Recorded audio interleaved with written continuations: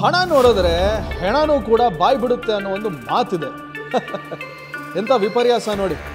ಇವತ್ತು ನಮ್ಮ episode 3 of ಹುಷಾರ್ ಬೆಂಗಳೂರಿನಲ್ಲಿ ಪಂಗನಾಮ ಹಾಕಿಸ್ಕೊಂಡವರ ಕಥೆ, ಅದು ಕೂಡ ಡಿಜಿಟಲ್ ಆ್ಯಂಡ್ ಸೈಬರ್ ಯುಗದಲ್ಲಿ. ವೆಲ್ಕಮ್ ಟು ಹುಷಾರ್ Bengaluru on radio city Kannada in association with Bengaluru city police. ನಾನು ಮೊದಲೇ ಹೇಳಿರೋ ಹಾಗೆ ಹಣ ನೋಡಿದ್ರೆ ಹೆಣನೂ ಕೂಡ ಬಾಯಿ ಬಿಡುತ್ತೆ ಅಂತ. ಆದರೆ ಏನು ಮಾಡೋದು? ಮನುಷ್ಯ ಹಣಕ್ಕಾಗಿ ಏನೆಲ್ಲ ಕಸರತ್ತನ್ನು ಮಾಡ್ತಾನೆ. ಎಲ್ಲೋ ಒಂದು ಕಡೆ ಆಫೀಸಲ್ಲಿ ಕೆಲಸ ಮಾಡ್ತಾನೆ, ಅದಾದಮೇಲೆ ಬೇರೆ ಇನ್ನೂ ಎಲ್ಲೋ ಕಡೆ ಕೆಲಸ ಮಾಡ್ತಾನೆ, ಅದಾದಮೇಲೆ ವೀಕೆಂಡಲ್ಲಿ ಇನ್ನೂ ಕೆಲಸ ಮಾಡ್ತಾನೆ. ಹೀಗೆ ಕೆಲಸ ಮಾಡೋರ ಸಂಖ್ಯೆ ತುಂಬಾ ಜಾಸ್ತಿ ಇರುತ್ತೆ. ಆದರೆ ಕೂತ ಜಾಗದಲ್ಲಿ ನಿಮ್ಮ ಹಣ ಡಬಲ್ ಆಗುತ್ತೆ ಅಂತ ಹೇಳಿದ್ರೆ ನಿಮಗೆ ಖುಷಿ ಆಗಲ್ವಾ? ಅದೇ ನಾನೊಂದು ಲಿಂಕನ್ನು ನಿಮಗೆ ಕಳಿಸಿದ್ರೆ ಅದರ ಮೇಲೆ ಕ್ಲಿಕ್ ಮಾಡಿ ಬರೀ 15 ನಿಮಿಷದಲ್ಲಿ ನಿಮಗೆ ಲಕ್ಷಗಟ್ಟಲೆ ಸಂಪಾದನೆ ಮಾಡಬೇಕು ಅಂತ ಆಮಿಷ ಒಡ್ಡಿದ್ರೆ, ಎಜುಕೇಟೆಡ್ ಆದರೆ ಪರವಾಗಿಲ್ಲ, ನೀವು ಸ್ವಲ್ಪ ಯೋಚನೆ ಮಾಡ್ತೀರಾ. ಆದರೆ ಈ mobile, cyber crime, technology, AI ಇದರಿಂದ ದೂರವಿರುವಂಥ ಹಲವಾರು ಹಿರಿಯ ನಾಗರಿಕರಾಗಿರ್ಬೋದು, ಅಥವಾ ಈ ಡಿಜಿಟಲ್ ಜಗತ್ತಿನಿಂದನೇ ದೂರ ಇರೋರು ಏನು ಮಾಡಬೇಕು ನೀವೇ ಹೇಳಿ. ಅಂಥ ಒಂದು ಹಳ್ಳಕ್ಕೆ ಬಿದ್ದವರೇ ಮಹಾಲಕ್ಷ್ಮಿ ಲೇಔಟ್ನ ಭೂಪರೊಬ್ಬರು. 88 ಲಕ್ಷದ ಒಂದು ನಾಮವನ್ನು ಹಾಕಿಸ್ಕೊಳ್ತಾರೆ. ಪಾಪ ಅವ್ರು ತಾನೇ ಏನು ಮಾಡ್ತಾರೆ? ಜಗತ್ತು ನಡೆಯೋದೇ ಎಲ್ಲ ಪ್ರೀತಿ ಮತ್ತು ವಿಶ್ವಾಸದಿಂದ ಅನ್ನೋ ಒಂದು ನಂಬಿಕೆಯಿಂದಾಗಿ ಅವರು ತಾವು ಕಷ್ಟಪಟ್ಟಂಥ ಎಲ್ಲ ಹಣವನ್ನು ತೆಗೆದು ಇಲ್ಲಿ ಹೂಡಿಕೆ ಮಾಡೋದಕ್ಕೆ ಹೊರಡ್ತಾರೆ. ಅಸಲಿಗೆ ಕಹಾನಿ ಏನು ಅಂತ ನೀವು ಕೇಳ್ತೀರಾ? ಕಥೆ ಇಲ್ಲಿದೆ. ದುಬೈನಲ್ಲಿ ಕೂತ್ಕೊಂಡಿರತಕ್ಕಂಥ ಒಂದು ತಂಡ ದೂರದಿಂದ ಇಲ್ಲಿ ಬೆಂಗಳೂರು ಮತ್ತು ಸುಮಾರು ಕಡೆ ಅವರ ನೆಟ್ವರ್ಕನ್ನು ಸೃಷ್ಟಿ ಮಾಡಿರ್ತಾರೆ. ಜನರಿಗೆ ಈ ಹಲವಾರು ಸಾಮಾಜಿಕ ಜಾಲತಾಣಗಳ ಮೂಲಕ, ಪಾಪಪ್ ಆ್ಯಡ್ಸ್ಗಳ ಮೂಲಕ ನೀವು ನಿಮ್ಮ ಹಣವನ್ನು ಡಬಲ್ ಮಾಡಬಹುದು ಅನ್ನೋ ಒಂದು ಆಸೆಯನ್ನು ತೋರಿಸ್ಕೊಡ್ತಾರೆ. ಇದೇ ರೀತಿಯಾಗಿ ಮಹಾಲಕ್ಷ್ಮಿ ಲೇಔಟ್ನಲ್ಲಿದ್ದವರೊಬ್ಬರು ಈ ಆ್ಯಡ್ನ ಮೇಲೆ ಕ್ಲಿಕ್ ಮಾಡ್ತಾರೆ. ಕ್ಲಿಕ್ ಮಾಡಿದ ತಕ್ಷಣ ಅವರಿಗೆ ವಾಟ್ಸ್ಯಾಪ್ನ ನಂಬರ್ ಸಿಗುತ್ತೆ.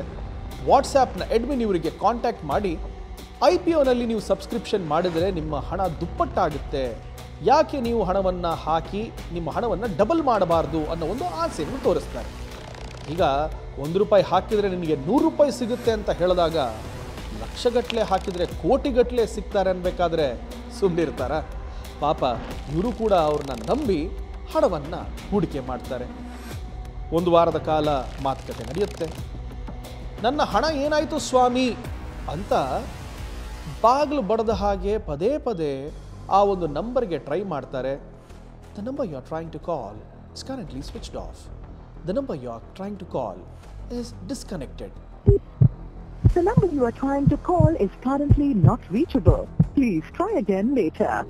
ಈ ರೀತಿಯಾಗಿ ಹಲವಾರು ಮೆಸೇಜಸ್ಗಳು ಬರೋದಕ್ಕೆ ಶುರುವಾಗುತ್ತೆ. ತಾನು ಕಷ್ಟಪಟ್ಟು ಸಂಪಾದನೆ ಮಾಡಿದಂತಹ 88 ಲಕ್ಷ ರೂಪಾಯಿಗಳು ತನ್ನ ಕಣ್ಣೆದುರುಗಡೆ ತನ್ನ ಕೈಯಾರೆ ಪೋಲಾಯ್ತಲ್ಲ ಅನ್ನೋ ಒಂದು ಯೋಚನೆಗೀಡಾದ ವ್ಯಕ್ತಿ ನೇರವಾಗಿ ಬ್ಯಾಂಗ್ಳೂರ್ ನಾರ್ತ್ ಸೈಬರ್ ಸ್ಟೇಷನ್ಗೆ ಕಂಪ್ಲೇಂಟನ್ನು ಮಾಡ್ತಾರೆ. ಥ್ಯಾಂಕ್ಸ್ ಟು ನಮ್ಮ ಬ್ಯಾಂಗ್ಳೂರ್ ನಾರ್ತ್ ಸೈಬರ್ ಪೊಲೀಸ್. ಅವರು ಈ ನೆಟ್ವರ್ಕ್ನ ಜಾಲವನ್ನು ಹಿಡಿದು ಭೇದಿಸ್ತಾರೆ. ಕೊನೆಗೆ ಅವ್ರಿಗೆ ಗೊತ್ತಾಗುತ್ತೆ, ಬೆಂಗಳೂರಿನ ತ್ಯಾಗರಾಜನಗರ ಮತ್ತು ಸದಾಶಿವನಗರದಲ್ಲಿ ಇವರ ಆಫೀಸಸ್ಗಳಿವೆ ಅಂತ. ಆಫೀಸ್ಗೆ ಇವರು ಲಗ್ಗೆ ಹಾಕಿದರೆ ಅಲ್ಲಿ ಸಿಗುವಂಥದ್ದೇನು? ಚೆಕ್ ಬುಕ್ಗಳು, ಪಾಸ್ಬುಕ್ಗಳು, ID ಪ್ರೂಫ್ಸ್ಗಳು, ATM ಕಾರ್ಡ್ಗಳು, CPUಗಳು, ಪ್ರಿಂಟರ್ಗಳು, ಸೈಬರ್ ಕ್ರೈಮ್ಗೆ ಬೇಕಾಗಿರುವ ಎಲ್ಲ ಅಸ್ತ್ರಗಳು A to Z ಇವ್ರ ಹತ್ರ ಇದೆ. ಮನುಷ್ಯ ಕಷ್ಟಪಟ್ಟು ಎಷ್ಟೋ ವರ್ಷಾನುಗಟ್ಟಲೆ ಕೂಡಿಟ್ಟಂತಹ ಆ ಒಂದು ಹಣ 88 ಲಕ್ಷ ಪೋಲಾಗಿ ಹೋಯಿತು. ಕಣ್ಣೆದುರುಗಡೆ ನಾನು ಸೋತು ಹೋದ್ನಲ್ಲ ಅನ್ನೋ ಒಂದು ವ್ಯಕ್ತಿಗೆ ಜಯ ಸಿಗುತ್ತೆ. ಸೈಬರ್ ಕ್ರೈಮ್ ಮಾಡಿರುವವರು ಇವತ್ತು ಕಂಬಿಯನ್ನು ಎಣಿಸ್ತಾ ಇದ್ದಾರೆ. ಅಪರಾಧಗಳಿಗೆ ಸಂಬಂಧಪಟ್ಟ ಹಾಗೆ ನಮ್ಮ ಉತ್ತರ ವಿಭಾಗದ ಸೆನ್ ಪೊಲೀಸ್ ಠಾಣೆಯವರು ಉತ್ತಮ ಕಾರ್ಯಾಚರಣೆಯನ್ನು ನಡೆಸಿದ್ದಾರೆ. ಇದರಲ್ಲಿ ಆನ್ಲೈನ್ ಮುಖಾಂತರ ಲಕ್ಷಾಂತರ ರೂಪಾಯಿಗಳನ್ನು ವಹಿವಾಟು ಮಾಡ್ತಾ ಇರ್ತಕ್ಕಂಥ ಒಂದು ವಂಚನೆಯ ಜಾಲವನ್ನು ಪತ್ತೆ ಹಚ್ಚಿದ್ದಾರೆ. ಇದು ಇನ್ವೆಸ್ಟ್ಮೆಂಟ್ ಫ್ರಾಡ್ ಅಂತ ನಾವೇನು ಹೇಳ್ತೇವೆ, ಅದರಲ್ಲಿ ಒಬ್ಬ ವ್ಯಕ್ತಿಗೆ ಸುಮಾರು 88 ಲಕ್ಷದಷ್ಟು ಹಣವನ್ನು ಈ ವ್ಯಕ್ತಿಗಳು ಮೋಸ ಮಾಡಿರ್ತಕ್ಕಂಥದ್ದು, ಅವರಿಂದ ಹಾಕಿಸ್ಕೊಂಡಿರ್ತಕ್ಕಂಥದ್ದು ಕಂಡುಬಂದು ಅವರು ಈ ಒಂದು ದೂರನ್ನು ನವೆಂಬರ್ ತಿಂಗಳ 11ನೇ ತಾರೀಕಿನಂದು ಸೆನ್ ಪೊಲೀಸ್ ಠಾಣೆ ಉತ್ತರ ವಿಭಾಗದಲ್ಲಿ ಸಲ್ಲಿಸಿರ್ತಾರೆ. ಅದಾದ ನಂತರ ಈ ಯಾವ ಅಕೌಂಟ್ಗಳಿಗೆ ಹಣ ಹೋಗಿದೆ ಅನ್ನೋದರ ಆಧಾರದ ಒಂದು ಜಾಲನ್ನು ಹಿಡಿದುಕೊಂಡು ಪೊಲೀಸರು ಡಿಸೆಂಬರ್ ತಿಂಗಳಲ್ಲಿ ಒಟ್ಟು 10 ವ್ಯಕ್ತಿಗಳನ್ನು ಬಂಧಿಸುವಲ್ಲಿ ಯಶಸ್ವಿಯಾಗಿರ್ತಾರೆ.